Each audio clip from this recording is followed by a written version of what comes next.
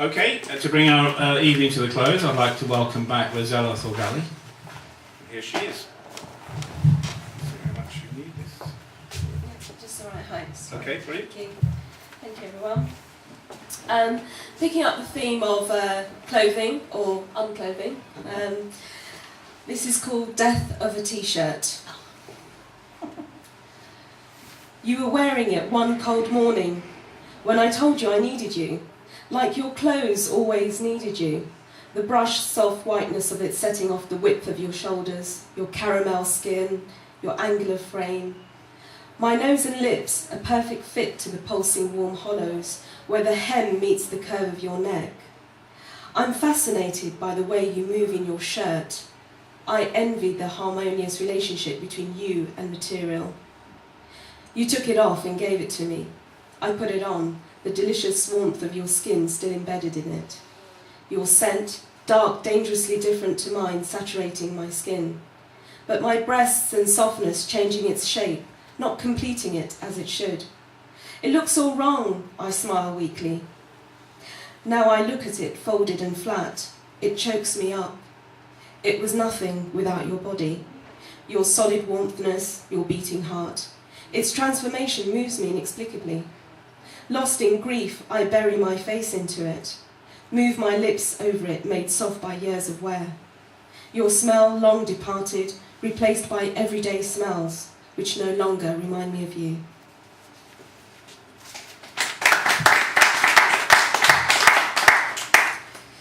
And this follows on the memory of skin.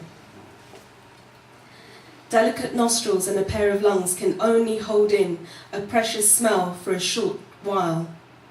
It only lives on the one intake of breath, and reluctantly I have to let it go. I live in fear of losing the tangy, musky sweetness of your skin. I fight hard to hold in a handful of silken hair that smells faintly of grass, wet earth, and of slumber of dreams, of your day's work, your journey on the tube, of something intangible that is only you. I remember a dedicated evening of my nostrils searching to hold you in, but the smell has long ceased. The memory of your skin cannot be found in restless summer heat and playful sheets, nor in raven hair or blue-checked shirts, nor in heroic stories and lost friends at Eros, nor can it be found in another lover's arms, or in the emerald blue sea of my beloved island.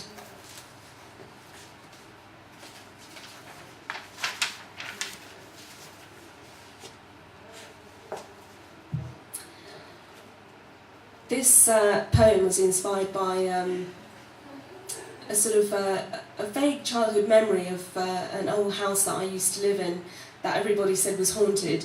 And I remember peeling back the wallpaper in the living room and found another layer and another and another, and just found it quite funny. It felt like I was unwrapping a present from inside, and I was inside a box unwrapping wallpaper. So this is called Wallpaper. The walls spoke to her in many tongues. Pressing her ear to it like a flower, she heard sensual singing and Creole lullabies, lovers sighing, children's laughter, African bedtime stories. Then the others came rushing, wanting to be heard, saturating the concrete, making the wallpaper throb, their noise filling her head like a swarm of flying ants.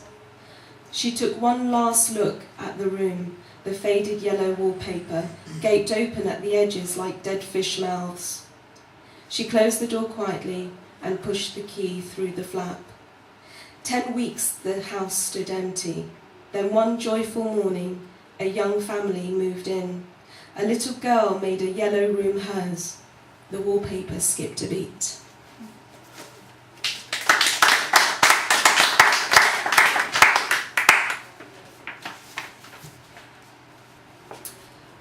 I was a very good actress, and I believe I was a very good actress because I was a very good liar. And the reason I was a very good liar probably was because I was an only child until I was 9 years old, and I had an imaginary friend. She's not imaginary, she is my friend. This poem is called The Great Pretender. As a child, I pretended I had magical powers to make friends. I pretended I was psychic so friends could consult me. I pretended I had strange illnesses to avoid the chlorinated swimming baths on grey, wet Mondays. I pretended I was the bully and not the victim. I pretended I had rich parents and not a living on a housing estate. I pretended my best friend was Michael J. Fox because he could go back in time and change the future. I pretended I was clever so boys would fall in love with me whilst they fell for words from Nietzsche or Shakespeare. I pretended I was cool when my boyfriend broke up with me to go off with my best friend in the 5th year. I pretended I could see without my glasses on dates to the cinema. I pretended that my father was dead because it was easier than saying he left me. I pretended that everything was going to be okay once I left home with £10 in my back pocket. I pretended I had a nice flat in the city to stop her looking for me. I pretended I had a cool job whilst working in grubby shoes with marker stains on the heels to cover the scuffs. I pretended I wasn't in love when he asked me. I pretended my heart wasn't broken when he left me. I pretended I was incapable of loving so much because I had spent a lifetime perfecting and being so good at pretending.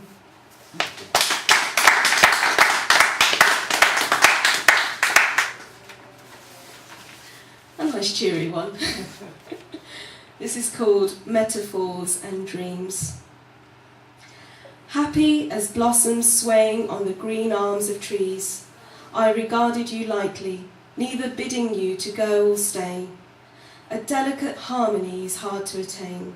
Salt stains long dried up, left to dusk and hopeless improbabilities cupped.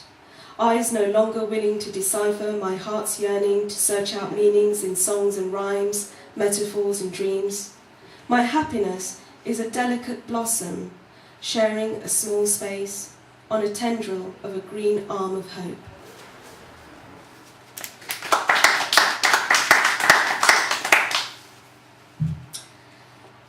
This is dedicated to my boyfriend who's not here tonight, and it's all about, I suppose, a snippet of an argument.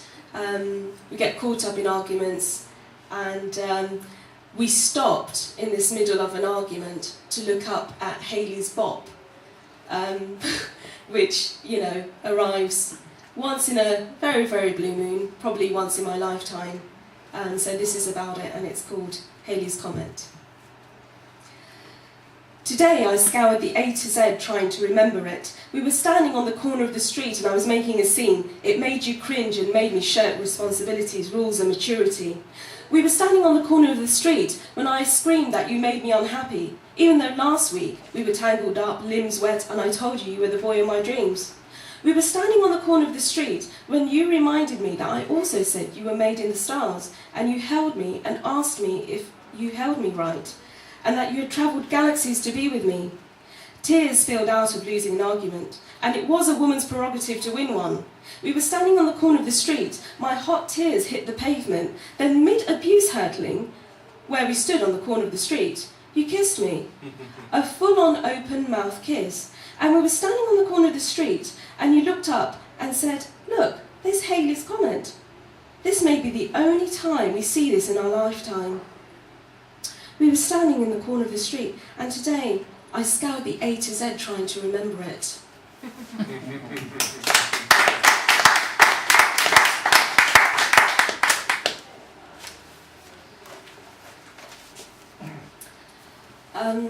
This is inspired by a very vivid dream, probably on a drug of cocktails when I had a car accident.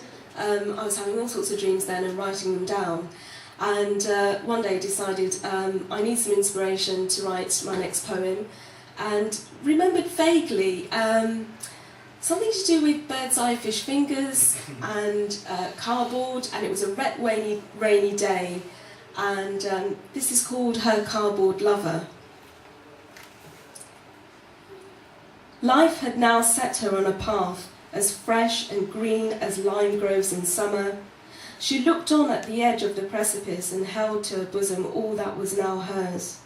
The warm and pulsing hearts of her children next to her own, their soft, dimpled arms around her neck, their short fingers entwined in her hair, their breath fanning her cheek, They were real, the flesh and blood and vessels and skin, the fierce love she had for them. These moments were waterproof. But her heart still ached for her cardboard lover, a paper hero who once promised a young woman dreams of living on emerald islands, writing books by the lighthouse and making love by the sea at sunset. Fate rained hailstones as big as planets, and she couldn't save him as the puddles joined forces and his paper legs gave away. Her cardboard lover lay in the rain getting weaker, holding out a paper arm to her. The black clouds gathered above them as soggy bits of his body tore and floated off downstream. He weakly shed a paper tear while she knelt beside him on the pavement, helpless and unable to stop him from merging with the flotsam that was already gathering by the gutter.